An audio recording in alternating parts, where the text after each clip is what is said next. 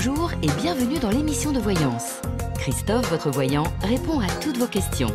Il s'appuie pour cela sur les tarots et sur son étonnante faculté d'intuition. Bonjour à tous et bienvenue sur le plateau de l'émission de voyance.com. Eh bien, je suis ravi de vous accueillir pour notre dernière émission de la semaine. Bon, j'espère que tout le monde va bien, que tout le monde est en pleine forme et qu'on va faire une belle émission. Voilà, ça c'est dit. Écoutez, autrement, pas d'informations particulières. Non, je réfléchis. Non, écoutez, tout va bien, tout est magnifique, tout est splendide. Il ne me reste plus qu'à répondre à la question d'Annette. Annette, bonjour. Vous faites les formalités de succession de votre maman. Votre frère, vous ayant dit... qu'est-ce qu'il vous a dit? Qu'il avait jeté les relevés de compte de votre mère, vous avez demandé à la banque des copies sur 2 ans. Vous vous êtes aperçu avec votre sœur que votre mère avait donné à votre frère 30 000 € et fait un prêt de 95 400 € en janvier, pour lequel il remboursait mensuellement 318 €.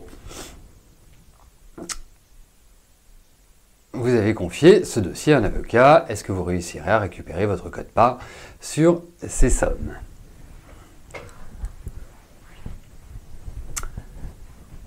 Autrement, vous devenez les héritiers de cet emprunt, tout simplement. Et c'est à vous qu'il doit rembourser ces sommes-là. Bon, mais 318 € par mois pour 95 000 €, ça fait 3 700 € par an, si je ne m'abuse. Oh il faudra bien 25-30 ans, ça profitera à vos enfants, petits-enfants et tout. Bref, blague mise à part, voyons comment cela va se formaliser. Est-ce que vous arriverez à récupérer votre quote-part ?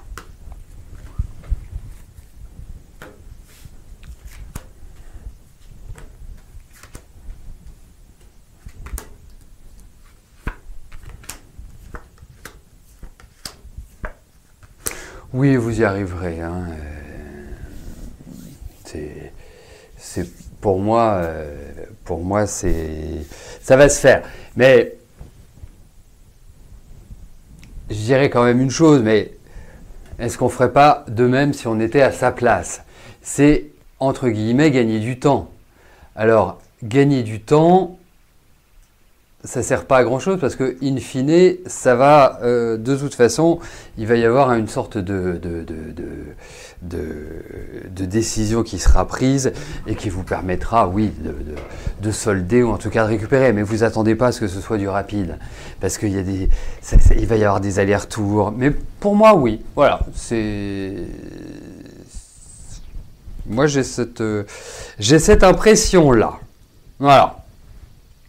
Voilà, donc je lis que Rose a répondu à votre question hier. Alors, est-ce que nous avons eu la même réponse? C'est une bonne question, ça que je pose. Est-ce que Rose vous a dit oui ou Rose vous a dit non?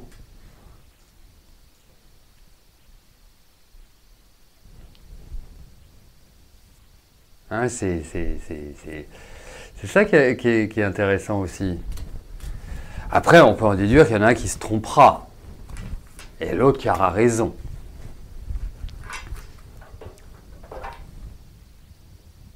Bon, j'aurai pas ma réponse, tant pis, je vais être obligé de réécouter l'émission d'hier, comme ça je l'aurai. Voilà.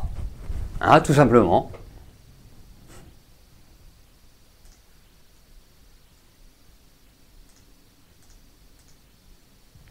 Alors c'est vrai que j'oublie aussi que de temps en temps, c'est pas votre manque... c'est pas un manque, comment dirais-je, de réactivité, c'est que comme il y a une latence entre le moment où je parle et le moment où vous entendez, c'est peut-être ça. Donc Rose n'a pas lu entièrement votre question. D'accord. Ok. Écoutez, en tout cas, moi je vais vous dire une chose, vous avez tout à fait raison, il n'y a pas d'interdit dans le fait de poser une question à Rose et de me poser la même question. Pour moi, vraiment, c'est tout à fait tout à fait opportun. Après, moi j'attire juste l'attention parce que on va pas se leurrer, on va pas se cacher derrière le petit doigt. Je suppose que vous tous qui êtes là, qui nous faites confiance, vous allez demander à gauche et à droite, parce que quand je lis des questions, on m'a dit que, j'imagine que c'est pas votre poisson rouge qui vous l'a dit. Et c'est très bien, mais il n'y a pas de souci, hein, vous êtes très présente. Et donc, pour moi, ça ne crée qu'une chose, c'est que si vous allez voir X personnes, et que vous vous retrouvez au final en vous disant c'est curieux, il y en a X qui m'ont dit oui, il y en a X qui m'ont dit non, je me demande ce que vous pouvez en déduire et en conclure par la suite. Voilà. Pour moi, je trouve que de consulter à outrance crée le doute, crée l'incertitude et ne fait qu'une chose, c'est ne pas vous faire avancer. Voilà. Moi, c'est un point de vue, que je partage avec moi-même. Allez, on y va. Bon, en tout cas, moi, j'ai l'impression que vous réussirez à récupérer votre code-part. Après, il y a quelques petits aléas, mais bon, en tout cas. Allez, on continue avec Clara.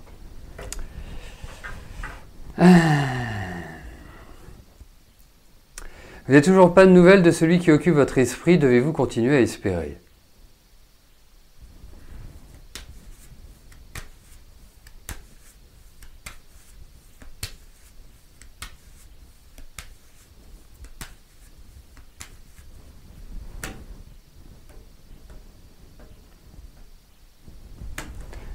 Allez, voyons si vous allez avoir des nouvelles de celui qui occupe votre esprit.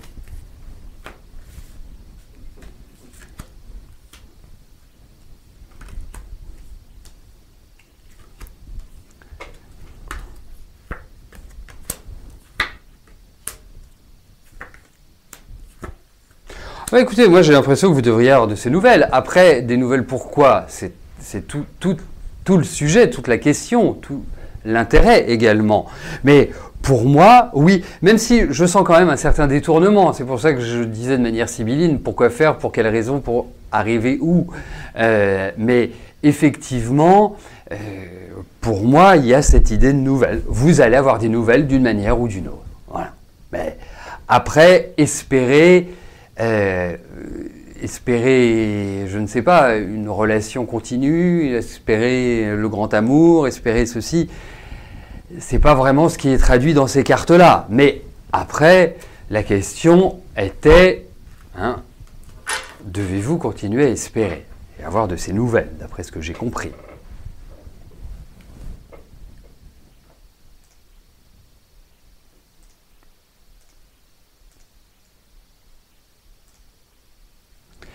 Jamila, bonjour. Vous êtes embauché en CDI depuis novembre 2016, vous envisagez de donner votre démission car vous n'en pouvez plus, allez-vous trouver un emploi?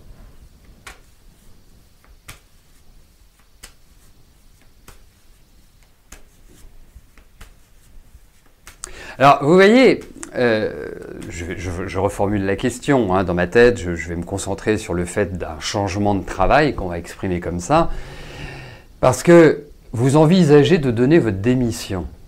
Ok, c'est vous envisagez. Ça se trouve, vous n'allez pas la donner. C'est-à-dire que vous allez vous dire, non, finalement, je vais patienter, je vais essayer de faire le dos rond. Et c'est toute la subtilité qu'il y a dans le tarot. C'est comme si vous me disiez, si je démissionne, est-ce que je vais trouver un travail? Il faut toujours éviter les si.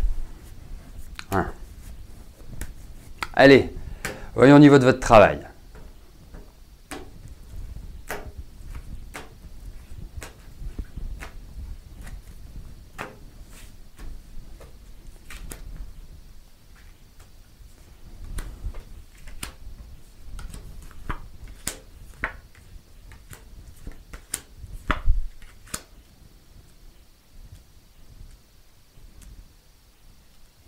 Écoutez, moi je vais vous dire une chose.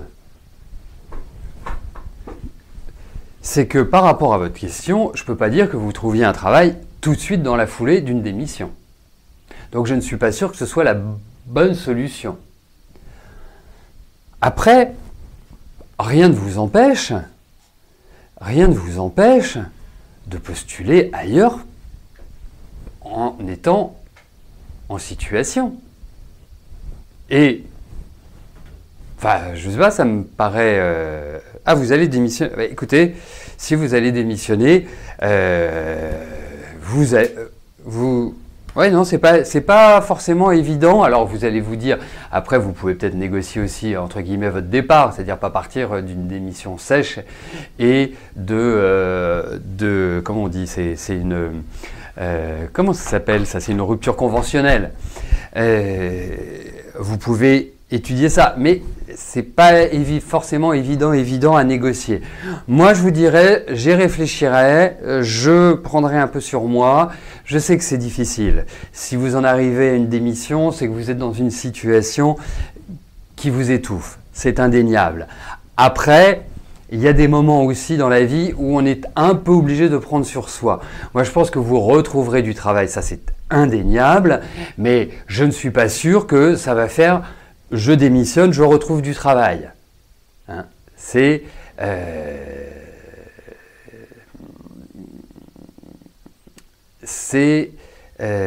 vraiment l'idée que je m'en fais. Hein, parce que c'est pas aussi simple que ça.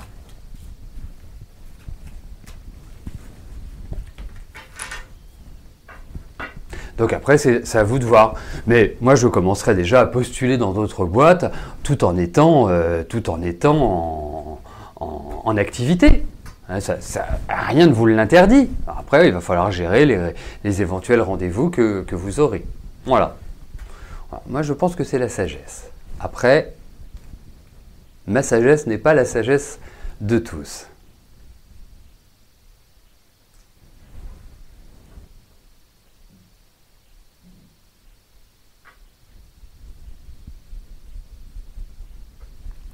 Cédric, bonjour. Vous avez rencontré une assistante sociale hier pour faire part de vos inquiétudes concernant les conditions de vie de vos enfants. Une enquête va être menée, mais vous avez peur des conséquences que votre choix va entraîner. Est-ce que cela va bien se passer ?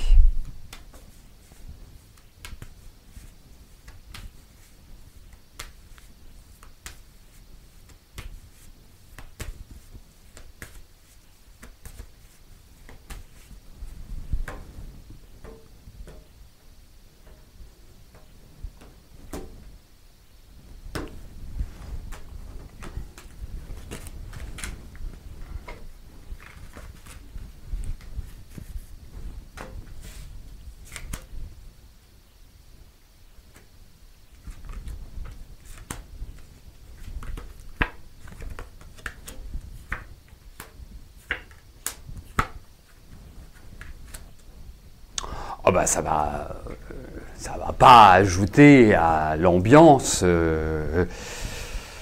cette action, cette démarche, parce que vous avez... Alors, moi je vous le dis sans jugement, je vous le dis parce que ça apparaît tel quel, mais je pense que votre ex vous réserve, enfin en tout cas, oui, votre ex vous réserve un chien de sa chienne, c'est comme ça qu'on dit ? Je crois que c'est comme ça qu'on dit. Oui, je pense que effectivement, ça va rajouter un peu de tension. Après, si vous estimez, vous n'êtes pas là pour faire plaisir à tout le monde. Vous êtes là pour justement que vos enfants grandissent bien et grandissent en sérénité et de la meilleure des manières. Donc, si vous estimez que vos enfants ne sont pas en situation exemplaire, vous avez raison, tout le monde le ferait. Voilà. Donc, ne pensez pas aux conséquences que cela peut avoir. Vous dites simplement, alors après, vous savez, les enquêtes, moi, je veux bien, mais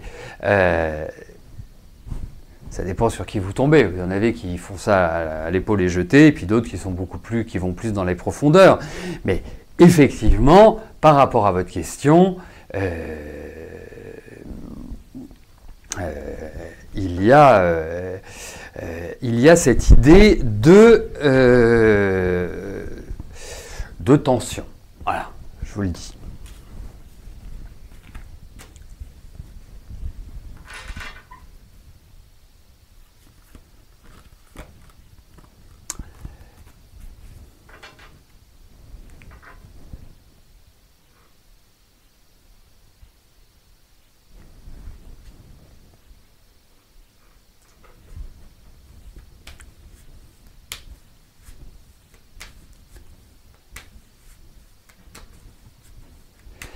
Madeleine, bonjour. Vous avez découvert que Bernard fréquente toujours une ex pour... Vous ne savez quelle raison? Vous comprenez mieux son attitude. Aurez-vous le dessus sur cette rivale ou faut-il abandonner?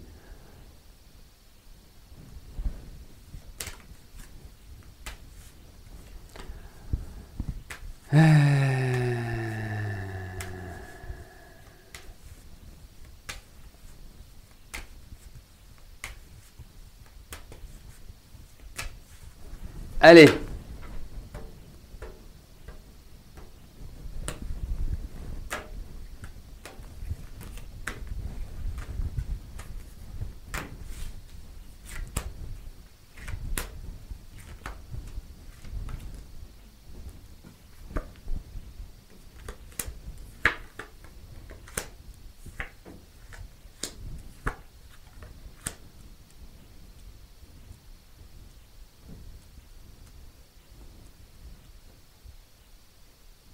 Oh, bah, je pense que vous allez le garder, votre Bernard.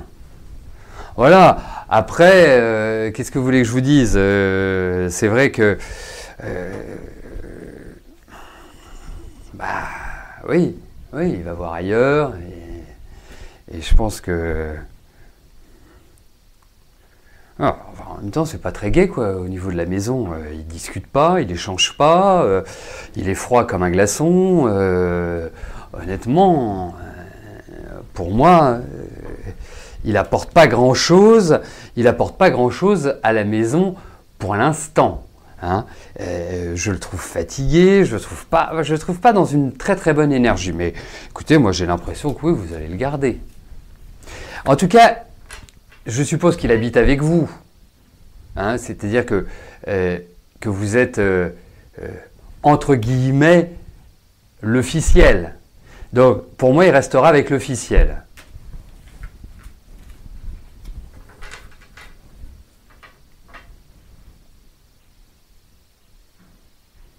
Eh ben, moi, je vais mettre tout de suite fin à cette... en vous expliquant simplement une chose, c'est que je dis bien qui, dans cette assemblée, n'a pas posé une question à Rose et ne m'a pas posé la question. J'ajouterais même qui n'a pas posé une question à moi et me l'a reposée quelques jours après parce que bah, quand il a posé la question, il est parti vers d'autres aventures. Voilà. Donc voilà. C'est la liberté. Après, nous, ce que l'on vous demande, c'est quand vous posez une question, c'est d'être présent quand on répond à votre question. Ça évite à David, à Jean-Philippe, de vous dire, bah non, Christophe a déjà répondu à cette question, ou Rose a déjà répondu à votre question. Voilà. Mais autrement... Voilà, il n'y a rien qui empêche. Hein? Vous savez, on est...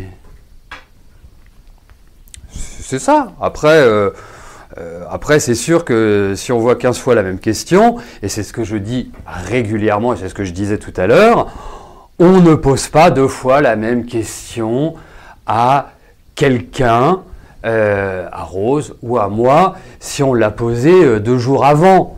Hein? Ça ne sert à rien, puisqu'il n'y aura rien de plus, rien de nouveau. Comme on ne va pas aller voir 20 médecins pour leur demander comment on soigne un rhume ou qu'on a un petit point de côté et comment ça se passe. Voilà, on va aller en voir un, on va aller en voir 2 pour avoir une confirmation. Si ça s'établit sur le même niveau, on va en rester là. Voilà, mais franchement, voilà, faut... Allez, on se détend là. Ouh, c'est Noël, Mercure est rétrograde, tout va bien, tout va bien. La vie est belle, hein?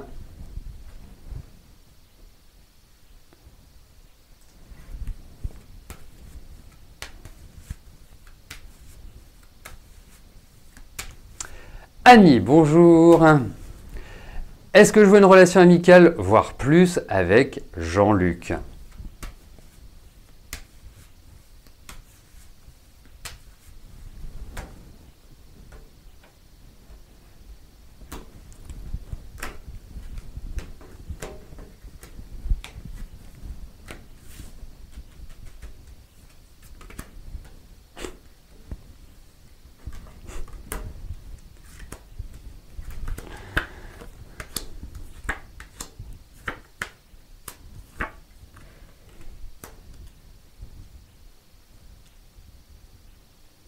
Alors, si vous voulez qu'il se passe quelque chose avec Jean-Luc, il va falloir le presser un peu plus.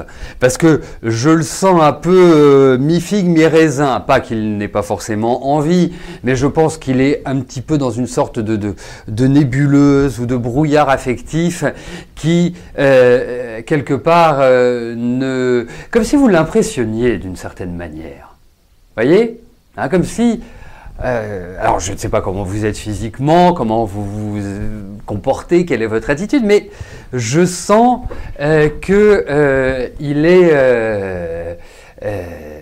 est vraiment dans une dynamique un peu délicate en ce moment. Après, je peux vous dire effectivement, je pense qu'il y a de l'affectif, mais vous allez faire un voyage ensemble, j'ai l'impression que vous allez partir quelque part ensemble. J'ai l'impression qu'il y a comme un déplacement, quelque chose d'agréable. Hein, c'est vraiment ça. Mais ouais, il y a vraiment une affection qui dépasse la vie amicale, indéniablement. Mais bon, c'est pas celui qui va mener la danse. Donc, menez la danse.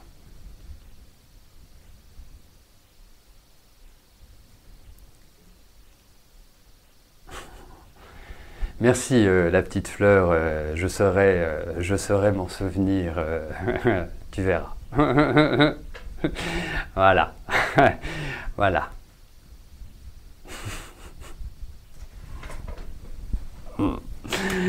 Bon. Allez, Natou, bonjour. Vous paniquez. Alors, vous êtes marié depuis 30 ans avec Eric. Abou, vous avez rencontré un homme, vous l'aimez, il a du mal. Allez-vous passer le cap avec Michel?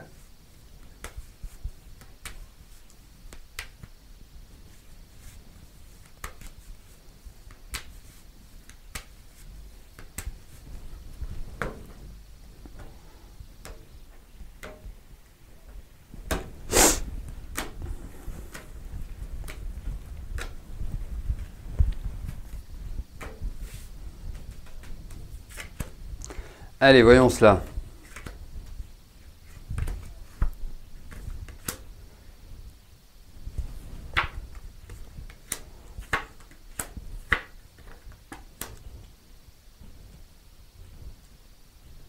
Écoutez, vous voulez un conseil? Vous bougez pas trop pour l'instant. Hein, vous bougez pas trop pour l'instant parce que je pense que si vous mettez le feu, hein, ce n'est pas du plagiat, hein, je n'ai pas dit allumer le feu, hein, on est d'accord. Mais si vous mettez le feu, c'est-à-dire que si vous commencez à dire voilà, on se lance, ça risque de devenir compliqué à gérer. Donc, vous avez rencontré quelqu'un d'autre, ne vous précipitez pas, hein, vous allez voir dans les mois qui viennent, vous prenez votre temps. Après, vous faites comme vous voulez, mais moi, c'est comme ça que je le ressens. Au vu de ces cartes, il y a un poids familial, hein, donc ça veut dire que vous avez une famille qui est quand même omniprésente. il est important de ne pas tout changer maintenant, même si vous en avez envie.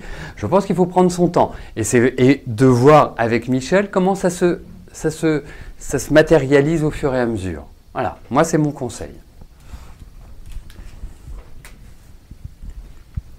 Alors, une opération. Déjà, c'est toujours en lune, quand on peut choisir la date, bien évidemment, c'est en lune décroissante. Donc lune descendante. Après, ce serait facile de dire, voilà, vous vous faites opérer en lune descendante, ou vous faites opérer... Il y a plusieurs choses quand je suis interrogé pour des dates d'opération. Il y a plusieurs choses à prendre en compte. Déjà, il y a votre thème astral. Ça veut dire, en fonction de l'intervention, est-ce qu'on touche à un organe, est-ce qu'on touche à l'ossature, est-ce qu'on touche à ceci, est-ce qu'on touche à cela, donc d'identifier où ça se situe dans votre thème astral. Ensuite, il faut éviter que, par exemple, la Lune soit en rapport avec Mars.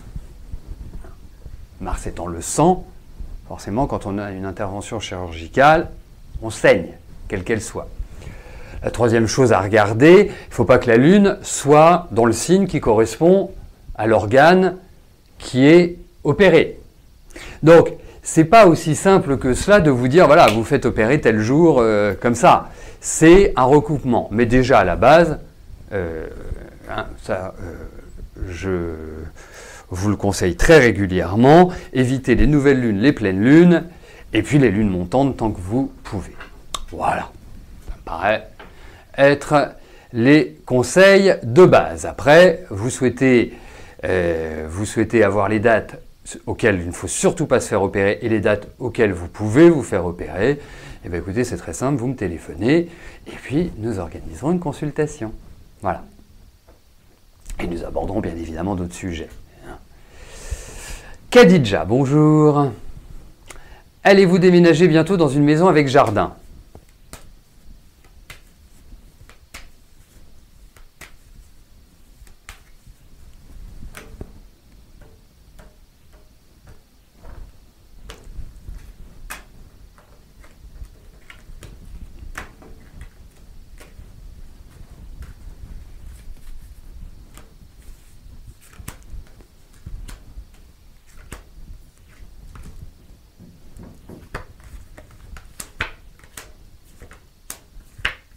Bon, déjà, il y a l'idée d'un déménagement, ce qui est plutôt une bonne nouvelle.